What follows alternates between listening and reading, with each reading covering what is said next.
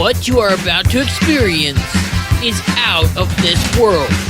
Politics, history, and of course, a lot of entertainment. It's time to rock it with the Docket. Hey, what's going on, everybody? It's Kyle Dockery with the Dockery Docket. We are here with a very short clip from the previous Dockery Docket episode. I know that people don't have a lot of time in their day to watch a full episode of the Dockery Docket, so I'm hoping that this will give you a little taste of what you're missing in the full episode. And if you like it, make sure to hit the like button and the subscribe button, and also make sure to watch the full episode, which will be right here on the screen. And with that, enjoy. It seems like the left is blind to this crisis, as they are siding with the federal government on this issue, not Texas. As failed Texas Senator, President, and dog catcher Beto O'Rourke reacted to Abbott defying the Supreme Court by writing on X, Abbott is using the Texas Guard to defy a Supreme Court ruling. When Governor Fabius did this in 1957, Eisenhower federalized the Arkansas Guard to ensure compliance with the law. Biden must follow this example of bold, decisive leadership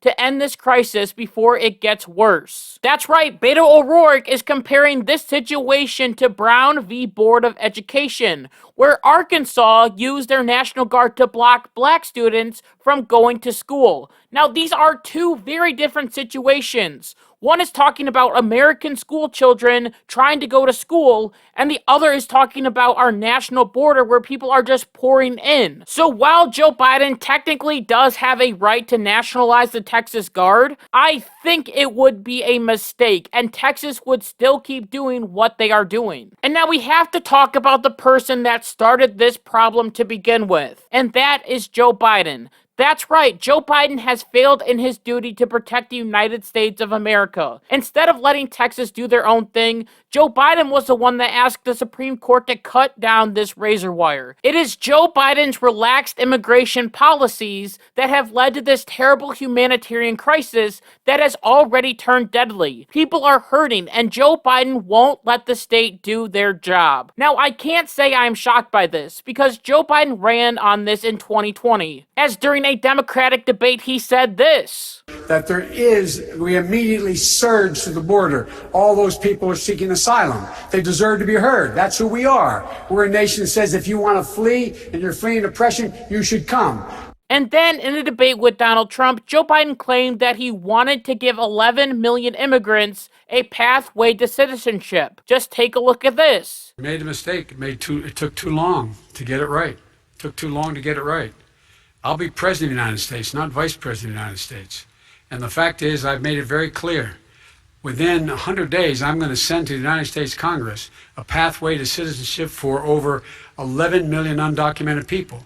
And all of those so-called dreamers, those DACA kids, they're going to be immediately certified again to be able to stay in this country and put on a path to citizenship.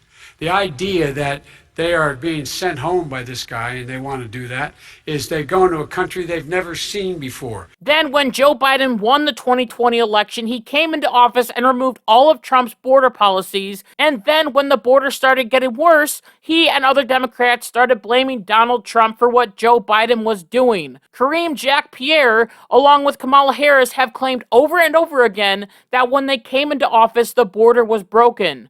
No, you broke it! And then Joe Biden pushed it off to Kamala Harris, who didn't know what she was doing, and this administration is just ridiculous and have taken away all the resources that Texas and other border states need to protect themselves. I mean, the Biden administration ended Title 42, which stops immigration because of COVID. Biden's 2023 budget cut border security. He is trying to end the Remain in Mexico policy. He's giving USCIS officials the authority to grant asylum to migrants who cross the border without an immigration court/judge reviewing their claim. He's undermining immigration enforcement, ICE, in America with a flurry of bad policies, including rolling back the scopes of DHS's exponential removal authority. He has limited ICE's immigration enforcement activities. ICE has arrested 48 fewer convicted criminals. ICE has deported 63 fewer criminals. And according to this chart right here, May of 2022 had the most encounters. And looking at the whole graph, you can see that once Biden got into office, the encounters just kept going up and up. And people crossing the border also keeps going up. It is simple.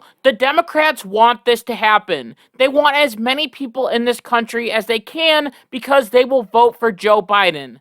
This is why there is a famous photo of Mexican immigrants wearing shirts that say, Joe Biden, let us in. Because once they knew that Joe Biden came into office, he would relax on the border. This shouldn't have to be the way it is. Texas and the federal government should be working together to fix the border. But instead, we have a situation that could lead to another civil war. And it is Joe Biden's fault. He has failed at every turn. And if he gets 4 more years in the White House, I think all of the border states like Texas, Arizona, and California will be renamed to New Mexico 2, New Mexico 3, and New Mexico 4. And with that, I just want to thank you so much for listening to this episode of the Dockery Docket. And until next time, like my mom always says, be good, be kind, be loving, goodbye.